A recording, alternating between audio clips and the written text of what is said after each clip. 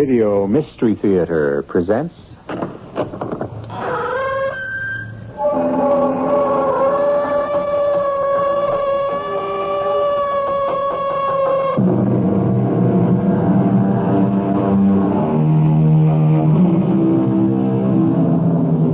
Come in. Welcome. I'm E.G. Marshall, foreman of this crew of mysterious miscreants who mingle here at this hour.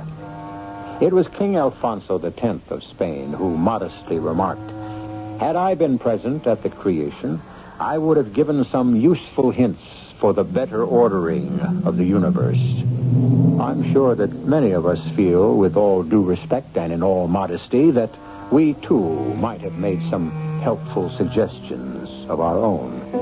But since none of us was consulted in the arrangement of the world, we must accept it as it is. Or must we?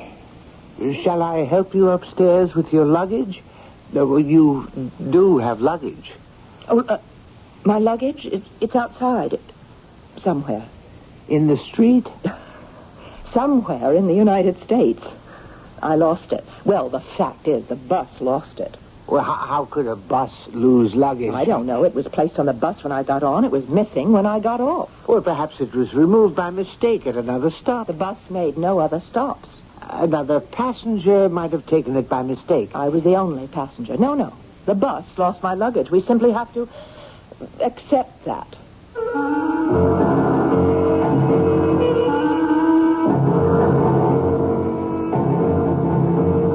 Our mystery drama, The Cornstarch Killer, was written especially for the Mystery Theater by Sam Dan and stars Robert Dryden. It is sponsored in part by Greyhound Package Express and Buick Motor Division. I'll be back shortly with Act One.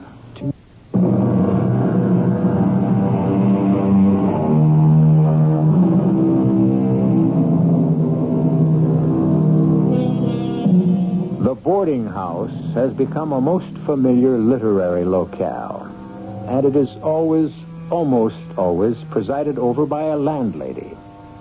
Seldom, if ever, do we encounter a landlord, except perhaps as an inferior appendage to a dominating spouse. Since the ladies have, in our time, invaded hitherto basically masculine domains, turnabout is only fair play. Today, we are concerned with a gentleman who happens to be a landlord of a boarding house.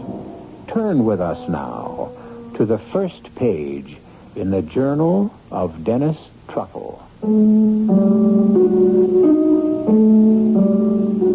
Have you ever waited for death? Oh, what a rather ridiculous question. We all wait for death, don't we? But in the prime of life, I suppose we wait for death as an eventuality, not as an impending occurrence. But here I am, starting my story at the end instead of at the beginning. The beginning. It was a rather damp, foggy November night. A moment, if you please.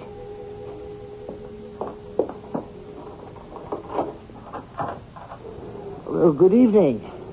I rang your bell. I heard. It's a most unusual bell for this day and age. This is a most unusual day and age. I agree. To begin afresh, I rang your bell because a sign, a rather neatly lettered sign, said rooms.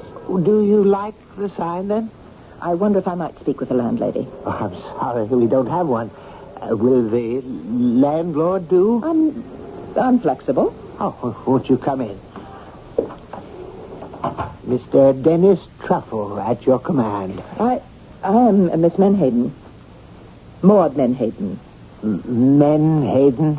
It's the Indian name for a fish. Oh. Narragansett Indian. The name was given to a convict ancestor of mine. A convict ancestor? Yes, a murderer. You see, many of our early settlers here were transported felons. Evidently, my ancestor must have looked like a fish. Hence the name. Now, is that settled? Well, I was not aware that it was ever an issue. Concerning the room. I have an excellent room at the head of the stairs. I'll take it. Well, surely you wish to see it No. first. The rent is $35 a week. How much? 25. No, 35 sounds right. Oh, well, then shall I help you up with your luggage? What's that? There's a police car, I should imagine. Seems to be coming this way. Yes, I would assume so. Why? Unfortunately, the neighborhood has changed. Stopped here. Why? Excuse me. Hi, Dennis. Oh, Officer Paderewski. Is something wrong? Yeah, we had a little contretemps up the street. That's contretemps. A guy was murdered. Do they have any idea So I thought I'd drop in here and check out some of your creeps, Dennis. Now, see here, Officer Paderewski, that's no way to refer to You the do have some real ripe avocados in this joint, Dennis. Now, I will not have my tenants insulted. Okay, Dennis, okay. Who's around? Well, unfortunately, we have more vacancies than we... presently, the second floor rear, I have Professor Boniface. Where is he right now? Out. Out where? Communing with nature, I suppose. And the second floor front, I have just acquired as a tenant Miss Maud Menhaden here. Miss Menhaden, this is Officer Paderewski. Please, do not look at me in that way, officer. In what way? With lust. Oh, I wasn't looking with... what I am doing is looking at you closely. For what reason? Because that's what a police officer has to do. Why? Because there's been a murder. Are you saying that you suspect me of committing the murder? Oh, no. Could I have the key to my room, Mr. Truffle? Yes, of course. To answer your unspoken question, Miss Menhaden, am I related to the famous pianist? I am sure of it. Here's your key, Miss Menhaden. Now, I say this because I have a little boy who plays the piano. Thank you, Mr. Truffle. Good night. Good night. Of course, he only plays by ear. Yeah. That one is built. Built? Constructed. Put together. Ooh, there's a lot of woman there.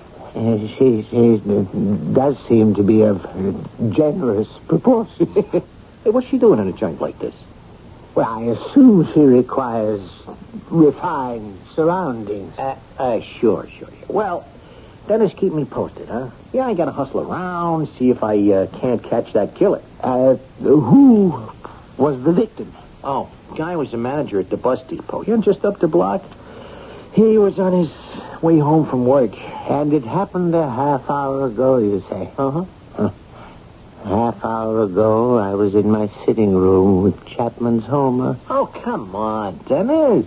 You don't need an alibi. And a fellow human being was being stabbed to death. Yeah.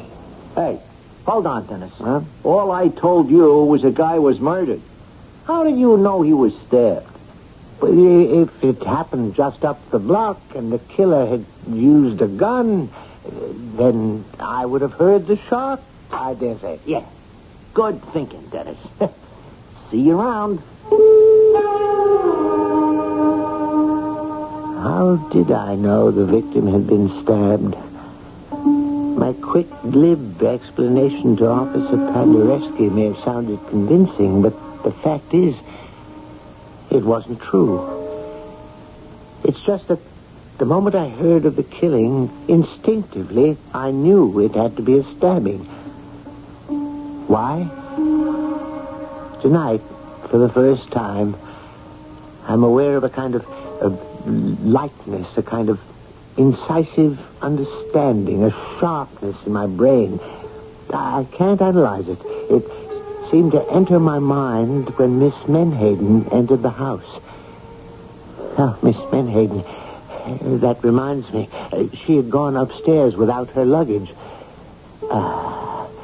Miss Menhaden. A rather large woman, but so exquisitely... well, that was neither here nor there. I'm sorry to disturb you, Miss Menhaden. Yes? Do you require assistance with your luggage? My luggage? You do have luggage. Oh, my luggage. I didn't see you bring it in. Is it outside? Yes. What, you mean you left it in front of the house? No, I mean it's outside. Somewhere. Somewhere? I lost it. Oh. Well, the fact is, I didn't lose it. Actually, the bus lost it. How could a bus lose luggage? I don't know. It was placed on the bus when I got on. It was missing when I got off. But surely the people at the bus company I don't would... like the people at the bus company. But there is some official at the bus depot who yes, could... there was. Well, what did he do? He looked at me in a manner that I cannot tolerate. Well, what sort of manner is that? A lewd manner. Oh, well, surely... And I shall not return there. But don't you want to find your luggage? That which is lost shall not be found again, and that which is missing shall be gone forever. Yes, but Is there anything else? No. Except that this man who was murdered a half hour ago happened to be employed at the bus depot. Indeed. He was the manager. Oh. Was he the one who looked at you in what you considered a lewd manner? I didn't consider it lewd. It was lewd. Well, at any rate, the poor fellow is dead now. He's been punished. Punished? Oh, yes. There's no doubt about it. But what did he do? Is it possible you haven't been listening to me, Mr. Truffle? I told you what he did. He was also lascivious and salacious. The sin of lust, Mr. Truffle. It must be stamped out. Well, be that as it may, Miss Menhaden, even if he were sinful, that's hardly the reason he was killed, I would imagine. Really? Why do you suppose he was killed? Well, he was coming home from work. This is a Friday evening. He was carrying his pay envelope, I suppose, and some thief... No, he wasn't robbed. He was struck down for his sins. You say he was not robbed? He was not robbed. Well, but how do you know? I know. But how? Retribution, Mr. Truffle. Retribution. The hand of justice cannot be stayed. Whole cities, Sodom and Gomorrah, were expunged from the earth. What difficulty would there be in striking down one Harry Perkins? Harry Perkins? The obscene animal who lusted after me in the bus terminal office. Yeah, but the bus terminal, it's right in the middle of the floor in plain view.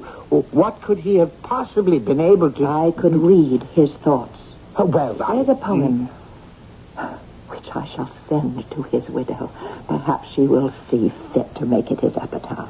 Harry Perkins, vulgar of manner, overfed, overdressed and underbred, heartless, godless, hell's delight, rude by day and lewd by night. Well, I would hardly think she would. And now there is one less of them. Them?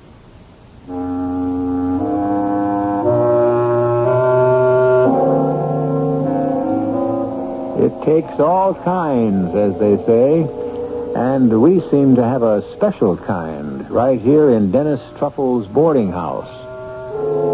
Why did Mr. Harry Perkins die? You are probably spinning your own yarn, so why don't we compare designs when we meet again in just a few moments for Act 2.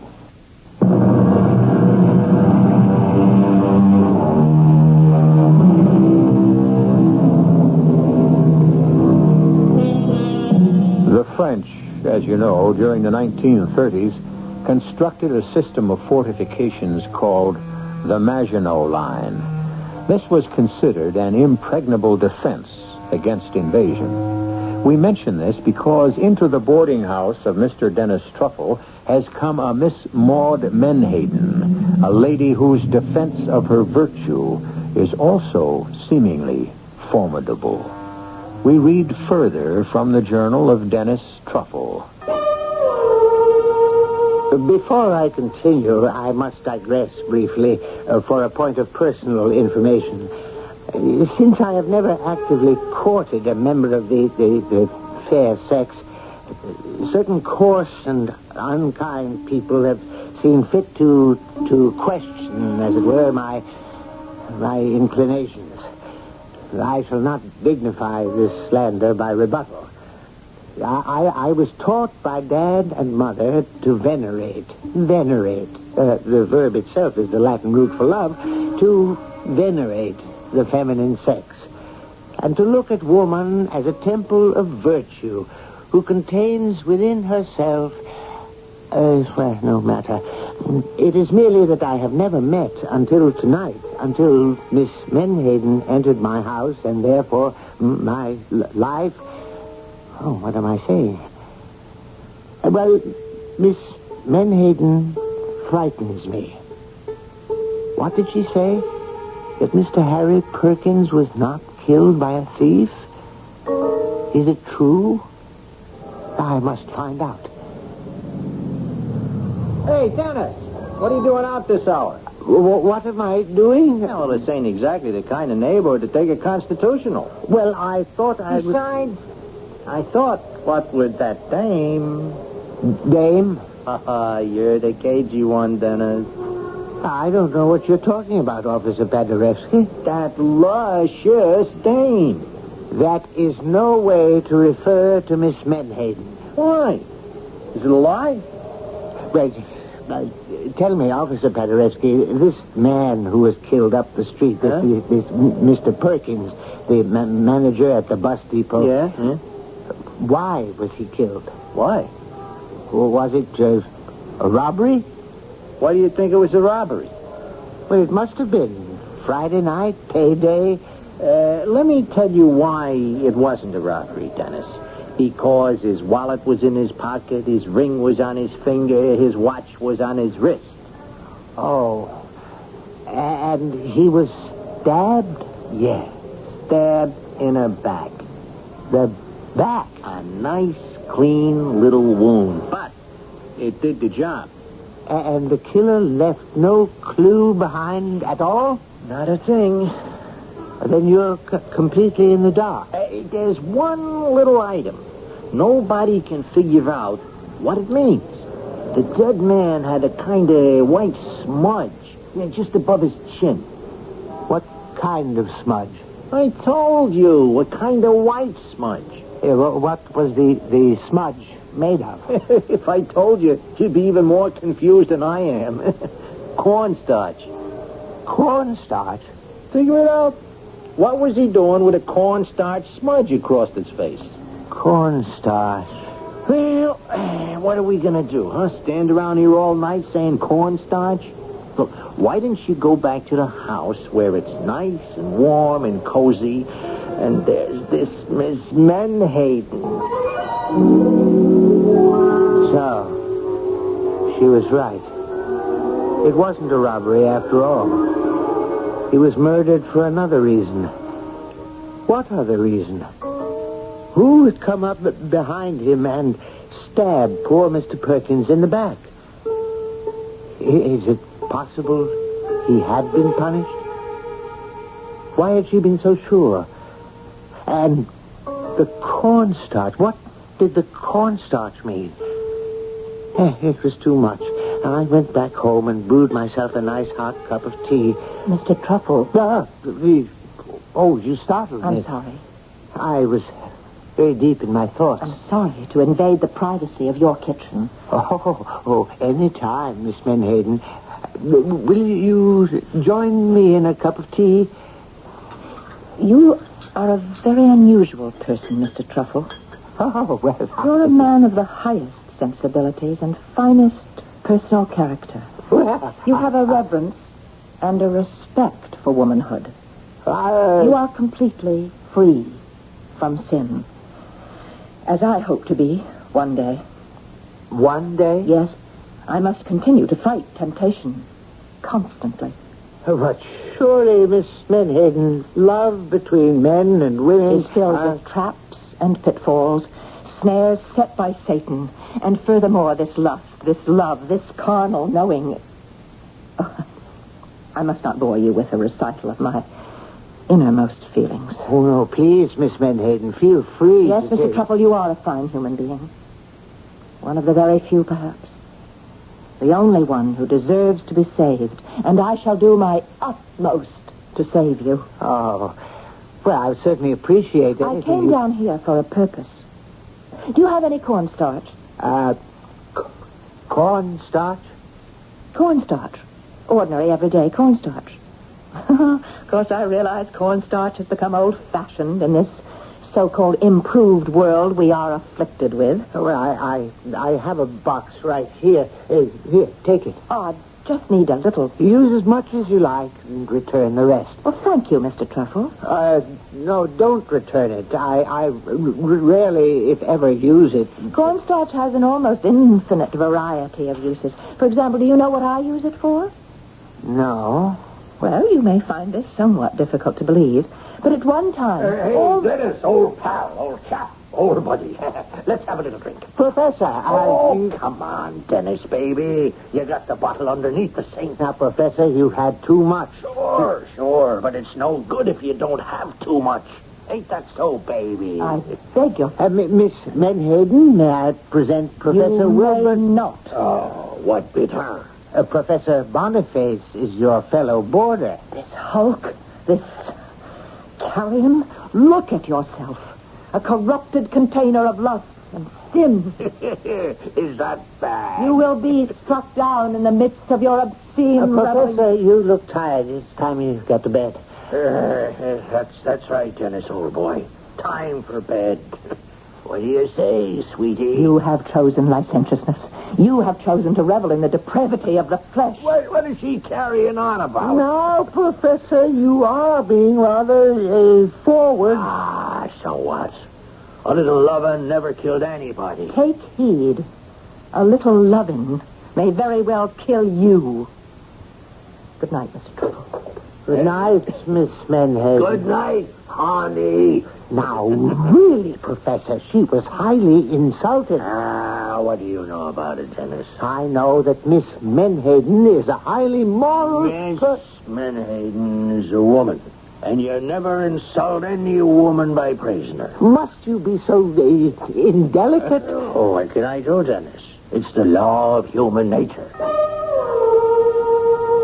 From this point on, I must be extremely careful with my facts, lest I inadvertently do someone an injustice.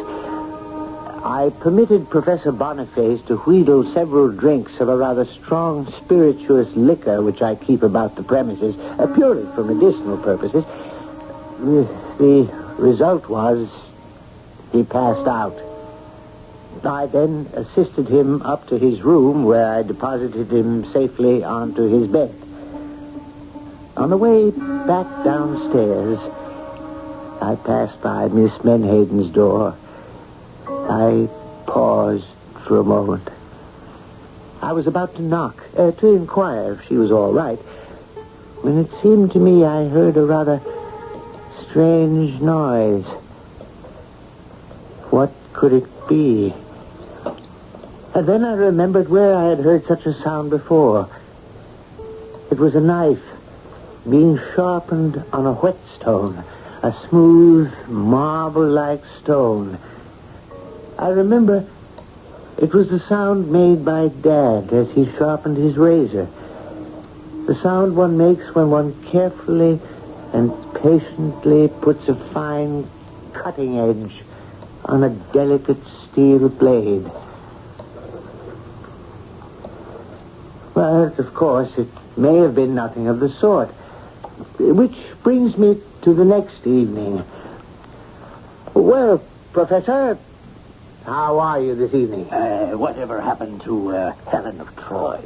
According to Homer, she went home to Sparta with her husband, King Menelaus, where they... Oh, that ain't the one I'm talking about. I mean the lady upstairs. Well, why do you call her... Because she's the best-looking dame I ever seen. That's the angle that I'm going to use on her. What angle? You know, feed her all them classics. Chicks really go for the cultured guys. Well, I don't think Miss Menhaden goes, as you say, for anybody. Oh, I've seen her in action, Dennis. Oh, that one is mine. All mine. Well, how can you say that? Because it's a fact. No woman can resist Wilberforce, the Boniface. I am now in stage 2 as far as she's concerned. What is stage 2? I play hard to get. You must understand, he believed every word he said. Poor professor. He'd been in the boxing ring, you know. He was the junior light heavyweight champion of Stormfield, New Hampshire, and it was said the experience left him intoxicated. No, punch drunk. Well, at any rate, he went out. About a half hour later... Oh, good evening, Mr. Truffle. Oh, well, good evening, Miss Menhaden. May I offer you some supper? No, thank you, Mr. Truffle. The hosts of the Lord must fast before they go into battle. Battle? Battle. Well, that sounds grim. On the contrary, it's glorious. You say you're going into battle. But where does this combat, where is it scheduled to take place? Wherever I find it. Wherever I find some poor, depraved wretch who, blinded by error, is groveling in sin, I open his eyes to the true glory, and thus save his soul. Oh. And speaking of depraved wretches, where is Professor Boniface this evening? Out. Where? Well, I'm sure it would distress you to know that he will be going from one low place of entertainment and refreshment to another. Yes, it is distressing. Oh, Mr. Truffle, if only all men were like you. Like me? Pure. Well, she went out. That was about 8 p.m. She returned, I would say, at about 11. There was absolutely nothing unusual about her appearance or manner. I remember I said, "Good evening, Miss Menhaden." Good evening, Mr. Truffle. I wonder, did you save any souls this evening? I may have. And with that rather cryptic remark, she went upstairs to her room, and I heard her lock the door behind her. I then put on a record of a 16th century Danish composer and was almost lulled to sleep by the dissonances when there was a loud clanging of my doorbell. All right, I'm coming. Dennis. Officer Paderewski. Oh, Dennis, I got some bad news for you. So get a hold of yourself. Now, I know how fond you was of him, and... It's Professor Boniface, isn't it? Yeah. Old Boniface. And he's been murdered. Yes, Dennis. How did you know?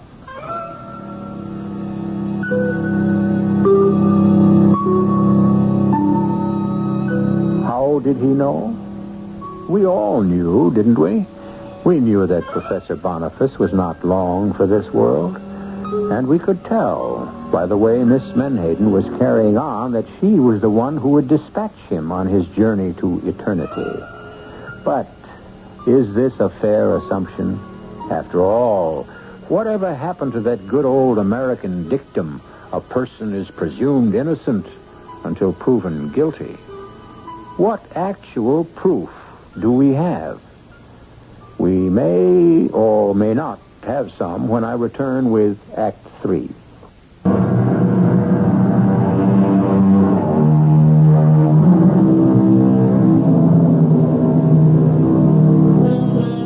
A favorite form of thriller is Jack the Ripper murders, the psychotic killer who slaughters women at random because they do not measure up to his standards of purity and virtue. In these days of women's lib, however, we must not be male chauvinists, and make all our killers masculine. Is it possible that we are dealing here with a Jacqueline the Ripper? Who knows? With us, anything is possible. Boniface. Wilberforce Boniface, the professor. Dead? Yeah. Well, I don't know what to say. Well, I was hoping you might be able to tell me something. You know, after all, he was one of your boarders. Well, he would sleep all day and go out drinking all night. Well, think hard, Dennis. Did he know Harry Perkins? Harry Perkins, the manager at the bus depot who was murdered the other night? Well, I couldn't be sure, but why? Well, we got an idea that the same person murdered them both. The same person? Why? Cornstarch. The professor also had this smudge of cornstarch across his face and a knife wound in the back. Cornstarch? Yeah, that's what I said. And that's what we're calling the murderer now. The Cornstarch Killer. But why would the killer leave cornstarch on the victim's face? Well, we got nuts in this world like you never dreamed existed. Do you know anyone who would want to kill the professor? Kill him? No. Anybody in the house who might have been mad at him. In the house? Well, at present there's just myself and Miss Menhaden. Maybe I'd better talk to Miss Menhaden. Yeah, but she doesn't know anything about Professor Boniface. Can you be sure of that, Dennis? Tell her I'd like to, interrogate her. If you don't mind. Miss Menhaden, there's a police officer downstairs. The relative of the famous musician? He wishes to talk with you in an official capacity. It seems that there has been another murder. Another one? This one even closer to home, I fear. I actually at home. Poor Professor Boniface. The lecturer? Whatever. The unfortunate fellow is dead. Officer Paderewski will want to know if you know anything about it. Yes. I know about it. You do? Professor Wilberforce Boniface was an abomination. As such, he was removed from this earth. Removed? Justice was done. Morality was served. Yes, but who did the doing and the serving?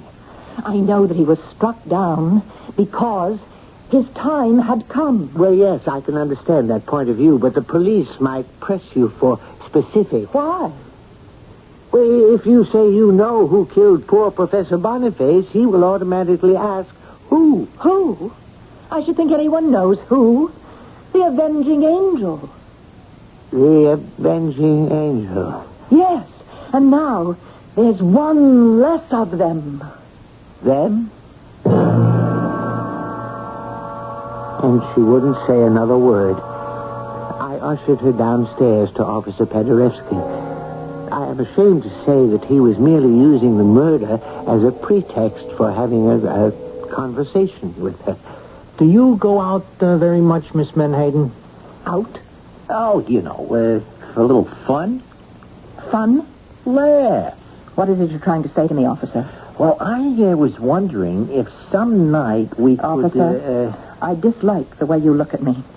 And I detest the way you talk to me. I know a place. Oh, I dare say. Oh, I could show you a great time. Have you any questions to ask me in your line of duty as a police officer? Police officer, indeed. Who shall watch the watchman? Good night. Now, there is a dish. I'm afraid you angered her. Officer Paderewski, there's something you must know. Oh, what is it, Dennis? Well? Well, what? What could I tell him? Could I tell him that Mort Menhaden had spoken in a threatening manner about both Harry Perkins and Professor Boniface? Could I tell him that she had been out somewhere when the professor was killed? And about the cornstarch? Why did she want the cornstarch? Wasn't that something that might be of interest to the police? And yet I couldn't say a word. Hey, Dennis. Oh, Officer Paderewski. Have you found anything new about the murders? The cornstarch killer, it's all over the media. Yes. But has anyone reported seeing anyone who might be a suspect? Not a rumble. Now, how this guy can manage to sneak up behind his victim and just slip the knife into the back? You say guy. Why are you so sure? Hey. Are you trying to tell me it could be a dame? Well, Dennis, you're not a bad guy, but when it comes to figuring out murder, you're in over your head. But suppose I were to tell you... Hold it. Who there she is? Who? Look, across the street. Miss Menhaden. Look at the walk on her.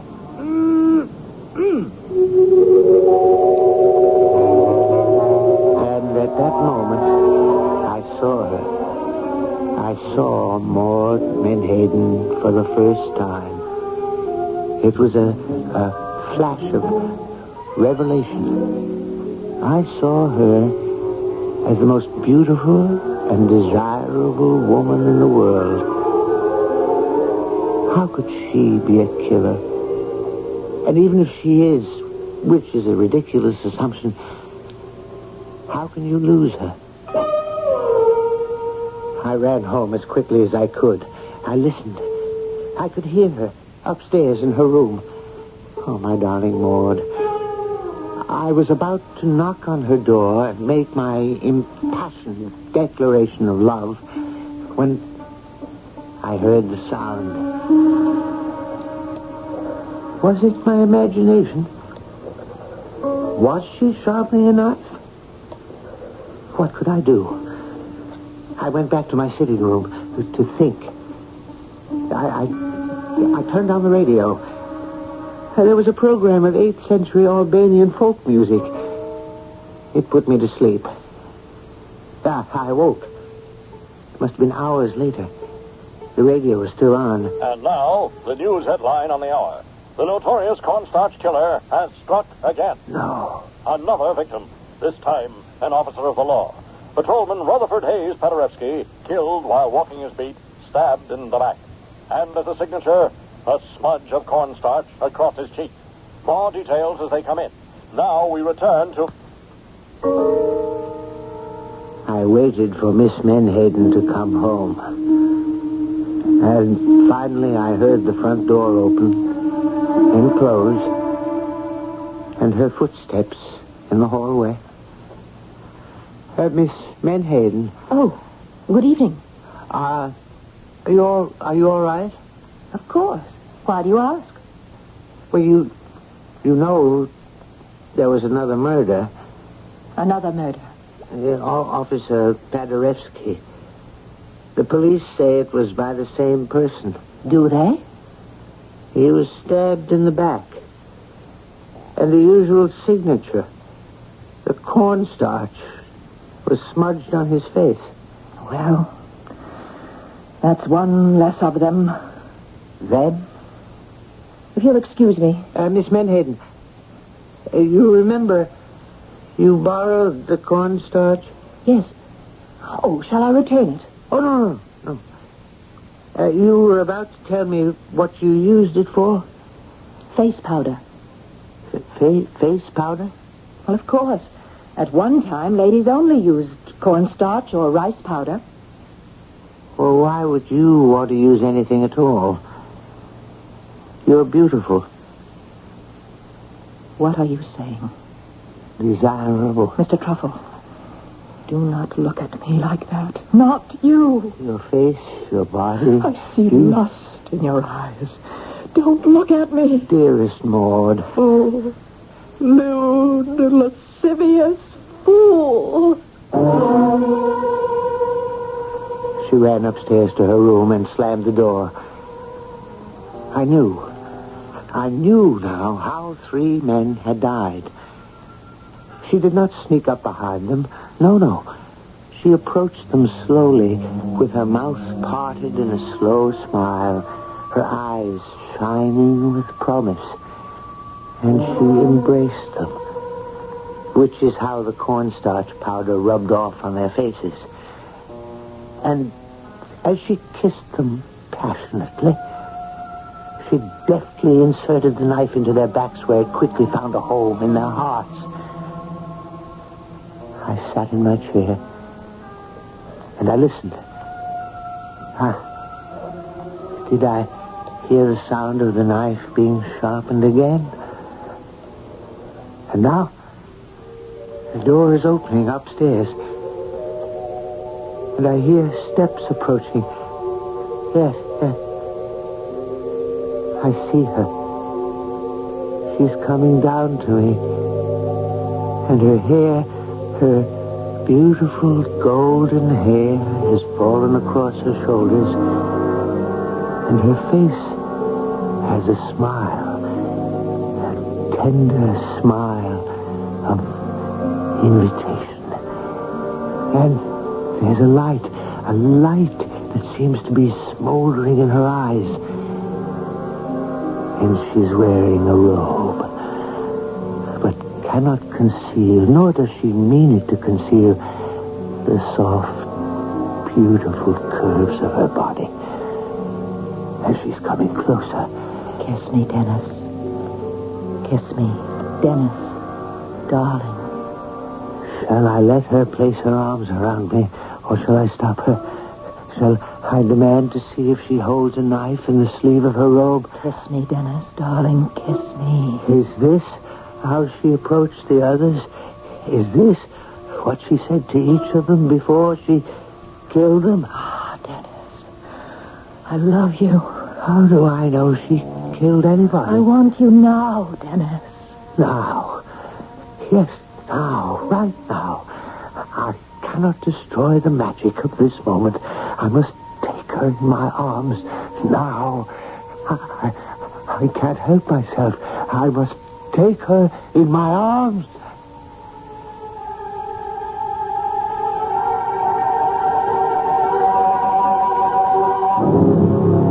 Did he win or lose? What do you think? I regret to say that the cornstarch killer had struck again. Yes, in these emancipated days, we are all equal all the way. Equal pay for equal work is what the ladies quite justly demand, and so it happened with Maud Menhaden. Captured finally by a policewoman, I might add, and she received equal pay for her work. She was sentenced to a fatal visit to the scaffold. I shall return shortly.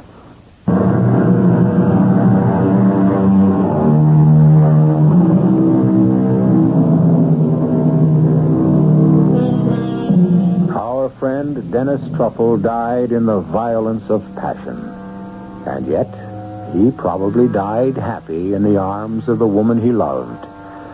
It wasn't much of an affair, perhaps, from your perspective or mine, but it was the great love of his life.